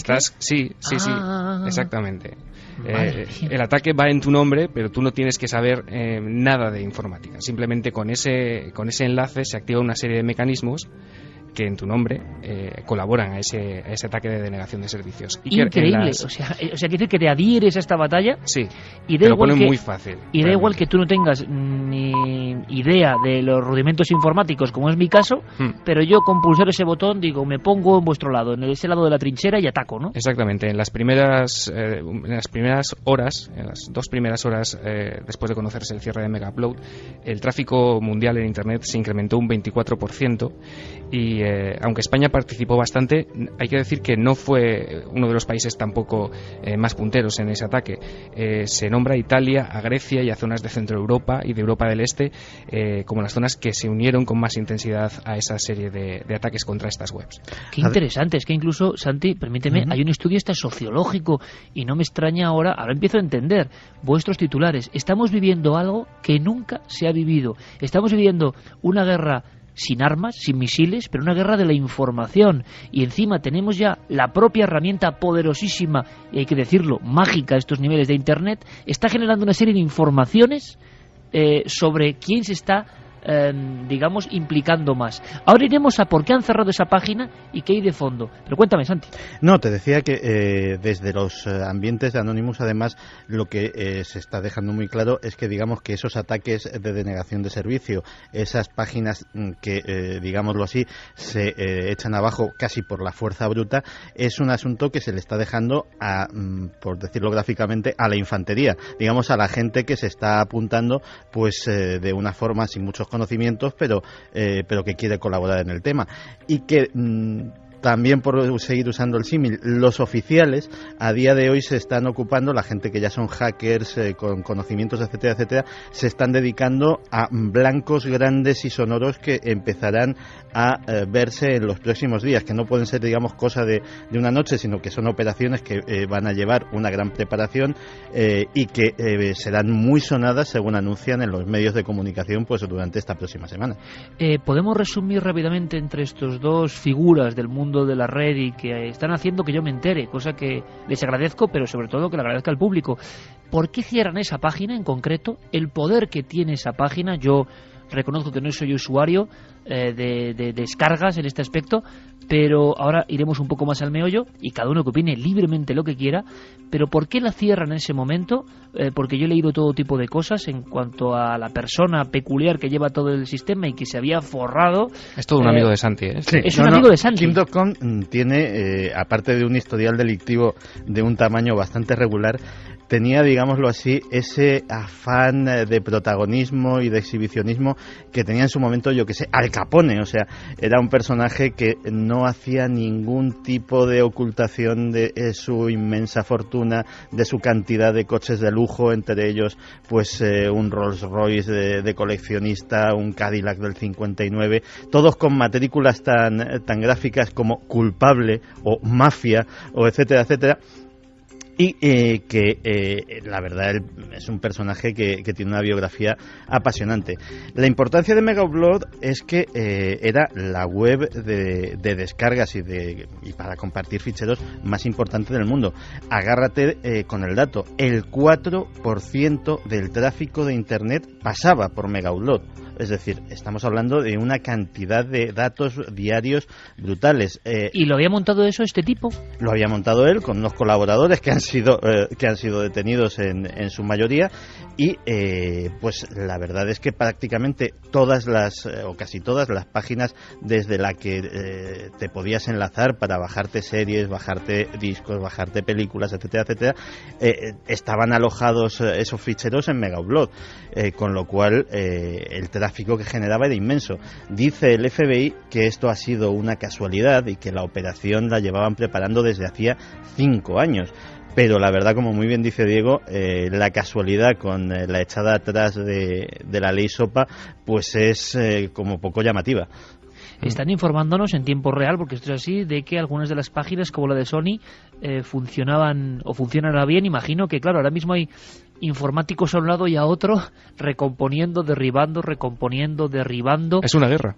Es una guerra. Y digo yo, vamos a ver, y desde el absoluto desconocimiento, yo sé que parezco Paco Martínez Soria en esto, pero vamos a ver, esas grandes páginas que hacen enriquecerse, por ejemplo, este personaje, pues meten todo tipo de contenidos, pero por los que evidentemente no han pagado ningún derecho. Yo no acabo de entender, y lo planteo ahí, y quiero que me digáis qué pasa y por qué quizá se ha llegado a esto o no, o si hay otra forma, ¿no?, de resolver los conflictos, qué dicen unos y qué dicen otros. Pero cierto es que yo, por ejemplo, en Cuarto Milenio, lo sabe bien el capitán Santiago Camacho, lo sabe perfectamente, cuando tenemos que comprar un minuto de imágenes, tenemos que pagar 1.000 euros, por ejemplo, a Televisión Española o a cualquier otra empresa, porque son imágenes con unos derechos, tú no puedes ponerlas porque sí. Hacer un programa de televisión cuesta muchísimo dinero, entre otras cosas porque hay que pagar las imágenes que son de otros, hay que comprar imágenes en ocasiones. Entonces, todo el material que nosotros hacemos, por ejemplo, que yo lo sé, y tiene un lado bueno, es el de la difusión constante y universal, cierto es, pero es extraño que haga rico a una sola persona. Hay un conflicto extraño, ¿no? E imagino que eso es lo que ha atacado el gobierno estadounidense y, por otro lado, muchas personas en la red que defienden el hecho de que haya este tipo de webs. Ese es un poco, esas son las dos posturas de la batalla, ¿no? Sí, efectivamente. Además, digámoslo así, ahora mismo hay millones de internautas que se sienten perjudicados, no por que no puedan bajarse sus series o sus películas, sino porque al ser un lugar donde se alojaban ficheros, pues tenían ficheros personales suyos allí que no tenían nada de ilegal. ¿Y los han perdido? Claro, los han perdido o tendrán, cosa bastante difícil, que litigar con el gobierno estadounidense para recuperarlos. También es cierto que se comentaba que hay ahora mismo unos cuantos miles de personas que están muy asustados con si el FBI va a tener acceso a lo que hay dentro de los servidores de Megaupload, porque efectivamente pues había películas, había vídeos, había todo tipo de cosas, había información personal de gente, incluso de empresas que utilizaban este sistema como copia de seguridad. Es decir, había muchísimos ficheros legales, pero también había material comprometedor y podía haber desde pues material abiertamente ilegal, como podía ser pornografía infantil, probablemente información íntima de personajes, quién sabe si incluso célebres, y información corporativa que en malas manos pues también podría causar graves daños, con lo cual hay abierta ahora mismo otra polémica grande, que es, vale, el FBI ha cerrado, ha intervenido Megaupload. De hecho, ahora mismo, si quieres entrar en la página web de Megaupload, te encuentras con lo tengo delante, con un cartel del FBI diciendo exactamente los cargos, que son además bastante asociación, conspiración para infringir los derechos de copyright, lavado de dinero, asociación criminal, etcétera, etcétera. Al bueno de .com le pueden caer 50 años si le consiguen endosar todos estos cargos. Sí, las penas las penas son más graves que los que te pueden achacar por un robo a mano armada. Uh-huh. Y la verdad es que si la polémica es esa, si el FBI va a tener, simplemente ha cerrado, ha tirado del enchufe, diciéndolo de una forma gráfica, o va a tener, o se va a atrever a echar un vistazo a lo que hay dentro de esos servidores, en cuyo caso podría haber mucha gente en apuros, y no precisamente por compartir la última de torrente. De todas formas, eso, Santi, va a ser... Es posible, pero va a ser un poco complicado si tenemos en cuenta que Megaupload aglutinaba 180 millones de usuarios, 50 millones de visitas diarias, y que tenía 25 petabytes de datos, que se dice pronto. O sea, imagínate echar un vistazo a eso en unos 1000 servidores. Es un poco complicado, y en ese sentido no sé qué será mejor. Pero es curioso, Diego, este tipo tan peculiar, lo habéis definido perfectamente, el retrato robot, se ven imágenes de él, tan, bueno, excéntrico, ¿no? Tiene que invertir, imagino, una suma muy fuerte de dinero para meterse en en el negocio de Internet y convertir una página en la referencia, ¿no? Ahora cierran esa página, y la gran pregunta, me imagino, lo que se está debatiendo es si esta acción va a ser la única, o a partir de ahora empieza la caída de un castillo de naipes e intervenciones no solo en Estados Unidos, sino en diferentes países, yo no lo sé, en busca de este tipo de páginas. ¿Puede ocurrir, se está diciendo? Parte del castillo de naipes ya ha empezado a caer, digamos, de forma propia. Algunas páginas de este estilo, digamos, de menor entidad, Video BB, Purevid, Mixture Video, que funcionan sobre todo en Estados Unidos, pues esta misma noche ya han retirado todo su material con copyright. Es decir, en vista de lo que pudiera pasar, pues ya han tomado esa medida. Otras, como Uploaded, han vetado su acceso a los visitantes estadounidenses, y se cree que, por ejemplo, esa medida la podría tomar uno de los grandes, que es RapidShare. Digamos que ahora mismo en todo el sector del alojamiento de ficheros hay gabinetes de crisis, yo creo que de los responsables de cada web, viendo las medidas que pueden tomar, si están al alcance o no están al alcance del largo brazo del FBI, si expurgan sus ficheros de vídeos con copyright, si vetan su entrada a ciudadanos estadounidenses. Es decir, el movimiento está siendo grande y extenso a lo largo de la red. Y en el sentido contrario también, Santi, y en dos vertientes, porque han aparecido ya réplicas falsas de Megaupload, que son fraudes, que son páginas que te incitan a meter tu número de móvil, en fin, un caso de phishing claro. Y también se está hablando de que podría aparecer, y de hecho ya está apareciendo, el efecto Hydra, lo han llamado, que es que los internautas saben perfectamente que Megaupload ha cerrado, pero es cuestión de horas o de días que aparezcan pues otra serie de sitios. Por cada uno que cierra aparecen 10, con lo cual va a ser un poco imposible luchar contra esto. Por lo menos esa es la sensación. Hydra. Esa es la sensación que quieren transmitir aquellos representantes de Anonymous y de otros grupos que están luchando en este momento. Y sí, vamos un poco, Hydra. claro, por la cabeza con tantas. La sensación que tenemos es que esta batalla está ahí, que ya ha pasado en alguna otra ocasión con alguna otra página muy famosa hace ya años de archivos musicales y demás, que la batalla está ahí, que está ocurriendo, que esto de Anonymous tiene una realidad, una corporeidad, parecía una especie de entelequia, pero actúa, está clarísimo. Y ahora vamos al meollo de la conspiración. ¿Qué están diciendo los amigos de Santi? ¿Qué está pasando? ¿Qué dicen los que ven un poquito más allá? rozando el delirio o llegando a la verdad, y una verdad tan extraña que nadie les hace caso, pero es verdad. Antes de eso, rápidamente, titulares. ¿Qué dice nuestro público en torno a esta primera guerra digital, Carlos?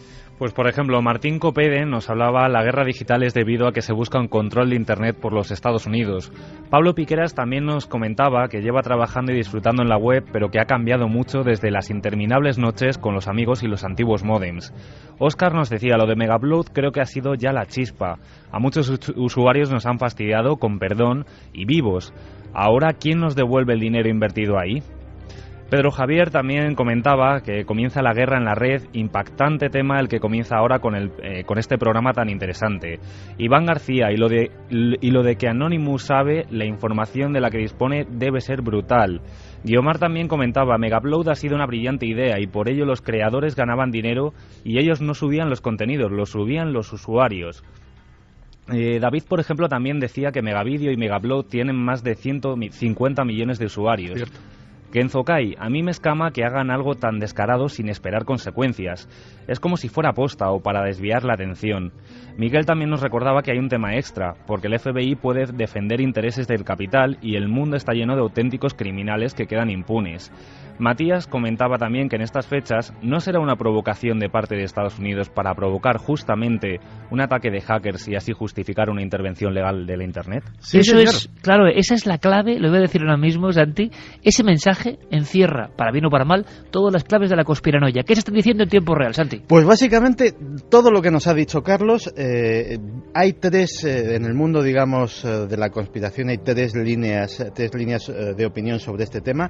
La primera es que esta guerra digital se ha orquestado para, quién sabe si desviar la atención de la opinión pública sobre una escalada que está sucediendo de la tensión con Irán, y quién sabe lo que pueda suceder, y que mientras esto está sucediendo en Oriente Medio, pues la gente está como entretenida con estas cosas de Internet y tal. Otro punto, digamos, en medio sería que el cierre de Megaupload ha sido, digamos, una forma de demolición controlada. Es decir, vamos a cerrar lo más grande que podamos encontrar, vamos a ver qué reacción nos encontramos y de esta forma, de alguna forma, vamos a medir la fuerza del enemigo. Pero los más suspicaces, que siempre los hay, sospechan de una cosa que ya hemos hablado aquí alguna vez, de una operación de bandera falsa. ¿Qué es una operación de bandera falsa? Cuando te cometes un atentado contra ti mismo y se lo achacas a otro. Pues bien, el argumento sería el siguiente: se cierra Megaupload, con lo que se provoca a Anonymous a que cometa una serie de acciones graves. Si son lo suficientemente graves, pues eso justifica no solamente la promulgación de la ley SOPA, sino probablemente la promulgación de leyes mucho más duras y mucho más restrictivas, con el argumento de la seguridad nacional, e incluso acusar de ciberterrorismo. Ya ha habido algunos detenidos en Estados Unidos en fechas anteriores con otros asuntos en el entorno de Anonymous. O incluso, si no, Anonymous no llega tan lejos como para atentar contra una infraestructura importante, hackear un centro de poder grande como pueda ser la NASA, una torre de control aéreo, etcétera, etcétera, pues directamente hacerlo ellos mismos, achacarle la acción a Anonymous y tomar todo ese tipo de medidas graves. Eso, digamos, que son las opiniones de los más suspicaces dentro de la red. Diego, y a nivel de España, ¿se puede medir el eco? Tú que eres un hombre que conoces perfectamente todos los resortes de la red, yo no sé el usuario medio, vamos a llamarlo así, el prototipo, ¿qué opina, qué dice? ¿Se alinea clarísimamente a favor de la libertad o de Anonymous? ¿O hay personas que comprenden también, porque se está hablando del enorme daño a amplias áreas culturales, ¿no? que lo estamos viendo a raíz de esta capacidad de muchas páginas sin ningún tipo de derechos que han enriquecido a algunas personas? ¿Cómo está, si tú tienes el termómetro, el patio en nuestro país? Bueno, yo creo que sí, que la mayoría de la gente se alinea en torno a la libertad en Internet, pero también, por lo que he podido leer, se tiene claro que nuestro amigo Kid.com tampoco era un santo. Creo que todo el mundo sabe perfectamente o puede intuir por las imágenes, además, que se han encargado de divulgar estos días quién estaba al frente de esa compañía. Y bueno, la mayoría de las quejas en España y en el resto del mundo es ante la posibilidad de cómo poder recuperar los archivos personales que estaban subidos en la nube, esos archivos que no estaban sometidos a ninguna ley de propiedad intelectual y que, bueno, por otro lado, en las condiciones de servicio de Megaupload quedaba claro que la propia página recomendaba no usarlo como el único método de copia de seguridad, ya que ellos se eximían de responsabilidad, y se mencionaba explícitamente que todo lo que allí estaba subido podía desaparecer de un plumazo sin previo aviso. Seguiremos muy atentos a todas las señales. Yo no sé si podéis hacer un poco de guerra profética y intuir o contarnos, como habéis hecho en un principio, de forma magistral en un titular, qué podemos vivir en las siguientes horas. ¿Hay señales, hay indicios, hay pálpito de hacia dónde puede ir todo esto, Diego, Santi? Hombre, la verdadera fuerza de Anonymous yo creo que se verá en el próximo mes de marzo. En el mes de marzo Anonymous ha convocado una acción que denominan el Marzo Negro. Y el Marzo Negro es sencilla y llanamente todo un mes de marzo sin comprar discos, ver películas, bueno, verlas no, comprarlas o ir al cine, sin consumir los productos de estas multinacionales a las que achacan el patrocinio de la ley SOPA. Si realmente en ese marzo negro las grandes multinacionales del cine y de la música sufren algún tipo de quebranto en sus ingresos, entonces habrán descubierto que Anonymous es una fuerza mucho más grande de lo que pensaban. Diego. Pues ahora mismo, Iker, te puedo decir que hay una sobreabundancia informativa impresionante.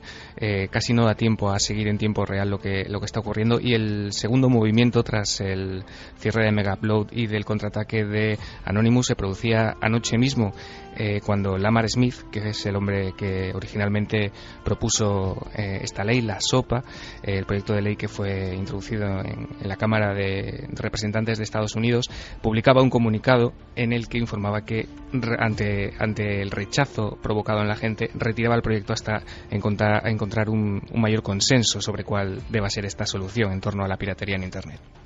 Estamos viviendo un hecho sin precedentes, una guerra digital, y tendremos que ir contando lo que vaya pasando porque somos hijos de este tiempo. Está pasando algo asombroso para los que ya nos creemos. Qué sensación, ¿verdad? Que pertenecemos quizá a otro universo y nos quedamos con esa cara de asombro tan peculiar. Está ocurriendo y está pasando a nivel invisible, en el éter se está moviendo todo esto. Lo iremos contando con estos dos cronistas de la batalla del ciberespacio. Diego Marañón, compañero, un fuerte abrazo. Un placer, buena semana. Y Santi, por cierto, seguimos con el tema de la conspiración. Creo que hay algunos datos. Fermín Agustín, no sé si está... Fermín, ¿si está preparado? Está preparándose ahora mismo, entra en el estudio. Está con todos los cortes y con toda la información, porque ha pasado algo está con The Hum, ¿no? El tema está metido en The Hum, que es algo que no nos abandona, Santi, que entra dentro de tu campo de conspiración y que llevamos toda la semana, hay que decirlo. Amigos de Costa Rica, un abrazo grandísimo, porque nos han llenado los servidores, nunca mejor dicho, de información de algo que ha pasado en ese país y que tiene que ver con esos ruidos tan raros que siguen ocurriendo. Pues sí, Fermín nos va a contar lo que ha ocurrido en Costa Rica, ya está de hecho con los cascos puestos, pero déjame que te cuente una cosa al respecto que es fascinante, porque efectivamente hemos profundizado en el caso de Costa Rica, pero en lo que llevamos de 2012, que todavía no hemos terminado del mes de enero, esos extraños sonidos en el cielo, esos extraños zumbidos ya se han oído no solo en Costa Rica, sino en Nueva Zelanda, en Canadá, en Budapest, en Sicilia. Es decir, estamos teniendo, como hubo en el verano pasado, una nueva oleada de sonidos extraños en el cielo. Ese sonido que es un fenómeno nuevo. Fermín, buenas noches, compañero. Hola, Iker, buenas noches. Un montón de información que nos llegaba de Costa Rica. Tú estabas recogiéndolo durante toda la semana, gente muy diferente, oyentes la mayoría, y lo agradecemos, hablando de ese fenómeno repetido, ¿no? Sí, es un fenómeno que sucede en Costa Rica, sobre todo en San José. En la madrugada del domingo 8 de enero, allá por las 11 más o menos, y bueno, es oído prácticamente en todo el país, sobre todo en el sur, por eso extraña mucho tanto a nuestros oyentes que nos han escrito como a las autoridades de allá, porque bueno, se daban varias hipótesis y han tenido que descartar todas, sobre todo por la lejanía, ¿no?, a la distancia que ha recorrido el sonido. Claro, o sea, algo muy potente, un emisor muy potente, y ha debido pasar como con esos otros sonidos célebres de algunos puntos de Rusia y demás. Creo que ha recogido declaraciones y que podemos escuchar algún documento. Sí, vamos a escuchar las declaraciones de los oyentes en la que explican lo que han oído y las hipótesis que creen que puede haber sido. Los sonidos los escuchamos acá en Costa Rica, en la comunidad de Tibás, aproximadamente alrededor de las 11 de la noche. Se oían como, aquí se le dice como retumbos o como explosiones que se oían en la lejanía. Aquí la prensa el día lunes mostró una noticia, ¿verdad?, de que las autoridades inmediatamente locales no tenían explicación alguna de ese sonido. Hubo algunas versiones, ¿verdad?, que decían que podía ser ese posible juego de pólvora. Sin embargo, los organizadores, que es la municipalidad de San José, descartaron que fuera un juego de pólvora a esas horas de la noche. También se habló un poco lo que era algún retumbido de volcanes, ¿verdad? Nosotros, el país es un país realmente activo con muchos volcanes por acá, y hasta se dio una versión de un posible avión, ¿verdad?, de la Fuerza Aérea estadounidense. El volcán Turrialba, por ejemplo, en estos días ha tenido movimientos y actividad, pero está descartado de momento porque es imposible que en más de 200 kilómetros, inclusive hay reportes de que en Panamá se escuchó también, se haya podido dar ese fenómeno, ¿verdad?, que todas las personas lo hayan escuchado. Entonces, de momento no hay una explicación científica al respecto de que por qué pudo haberse escuchado este sonido. Fermín, y la sensación es que todos definen el mismo sonido penetrante, constante, y eso sí, ya no ha vuelto a pasar. Ha ocurrido durante una franja de tiempo muy concreta y después ya nada. Y después ya nada, además sonidos como si fueran de pequeñas explosiones.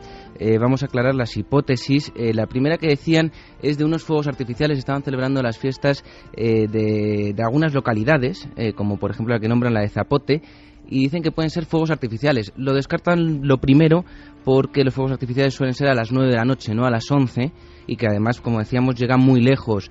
También, por ejemplo, el Instituto Meteorológico Nacional de allá dice que no puede ser nada por motivos del clima, y el Observatorio Vulcanológico y Sismológico de Costa Rica también dice que no es por movimientos sísmicos ni que tengan que ver con los volcanes. O sea que tenemos un sonido, tenemos una historia, tenemos la sensación de que muchos se han puesto en contacto con nosotros, y por favor, si la buena gente de Costa Rica ven que vuelve a ocurrir, ven que vuelve a pasar, vamos a ver si se puede grabar con nitidez, que es el problema, porque además, Santi, este 2012, y esto sí que yo no sé cómo catalogarlo, aunque sea brevemente, también ha venido acompañado de una ristra de muertes de animales que han seguido en el mes de enero, dejando estampas muy extrañas. Yo pensaba que se reducía todo al mismo pueblo donde el día 1 de enero del pasado 2011 se habló de pájaros muertos. Dije, bueno, esto ya va a ser un poco raro, ¿no? Va a ser igual el propio pueblo que quiere una extraña publicidad. Pero no, tenemos ya crónica de diferentes países y de denuncias de muertes de animales al mismo tiempo, súbitamente, en diferentes puntos del planeta. Pues sí, porque efectivamente hablábamos de esa lluvia la semana pasada y decíamos que había sucedido exactamente igual que en la Nochevieja del año pasado.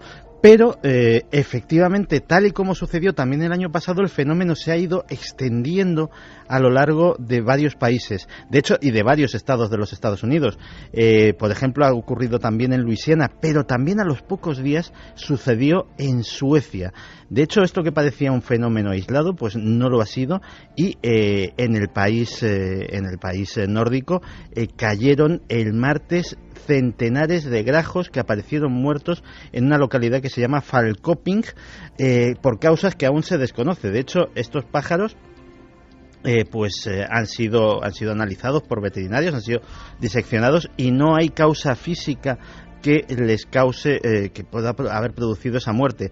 También, como sucedió el año pasado, no solamente pájaros, también 100.000 peces de agua dulce en el río Arkansas, cerca de la ciudad de Orzac, pues también han sido encontrados por la Comisión de Caza y Pesca del Estado, que tampoco tiene una explicación sobre el tema, ya que se han analizado las aguas, se han analizado los animales, no hay ningún tipo de tóxico que les haya afectado, con lo cual pues parece que la historia se repite y que si seguimos como sucedió pues en el pasado mes de enero, posiblemente durante los próximos 15 días tengamos más noticias de este tipo de acontecimientos. Oye, Santi, y a lo mejor dentro de no mucho tiempo hay que hacer un especial sobre Charles Fort, vida y milagros. Todo esto es como muy forteano, ¿verdad? Estas lluvias de pájaros muertos, de peces, porque parece que, hombre, dentro de unos meses, pero que se están haciendo la gran superproducción en Hollywood.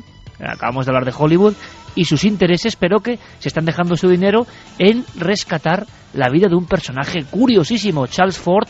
Yo no sé si el proyecto sigue adelante o no, pero parece que se va a convertir en héroe del cine. Pues parece que sí, que el proyecto sigue adelante.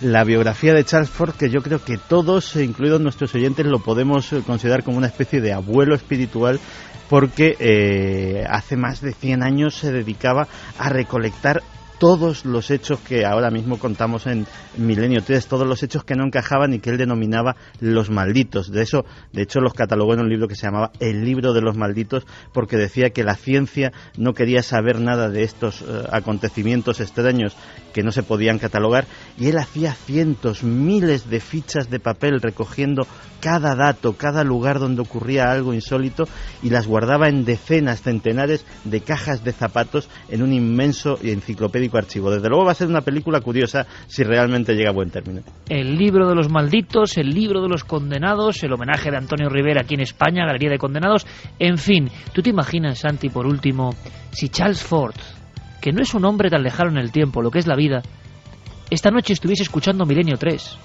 y estuviese percibiendo que los mismos fenómenos que atenazaban el terror de sus coetáneos siguen produciéndose, y al mismo tiempo le hablásemos de una cosa llamada Internet y de la primera guerra digital?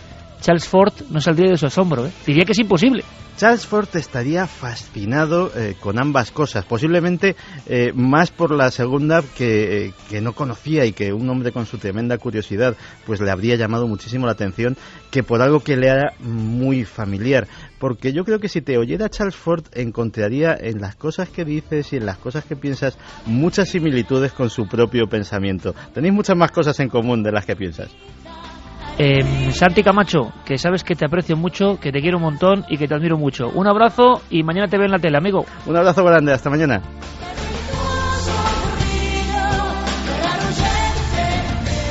Y un poquito de alegría, Noel Calero, sí señor, para todo este equipo. Fermín Agustí, Carlos Largo, gran trabajo. Hemos disfrutado mucho nuestro programa de luces y sombras, sobre todo de luces, hasta en lo más profundo de la sombra. Claro que sí, ha sido un placer.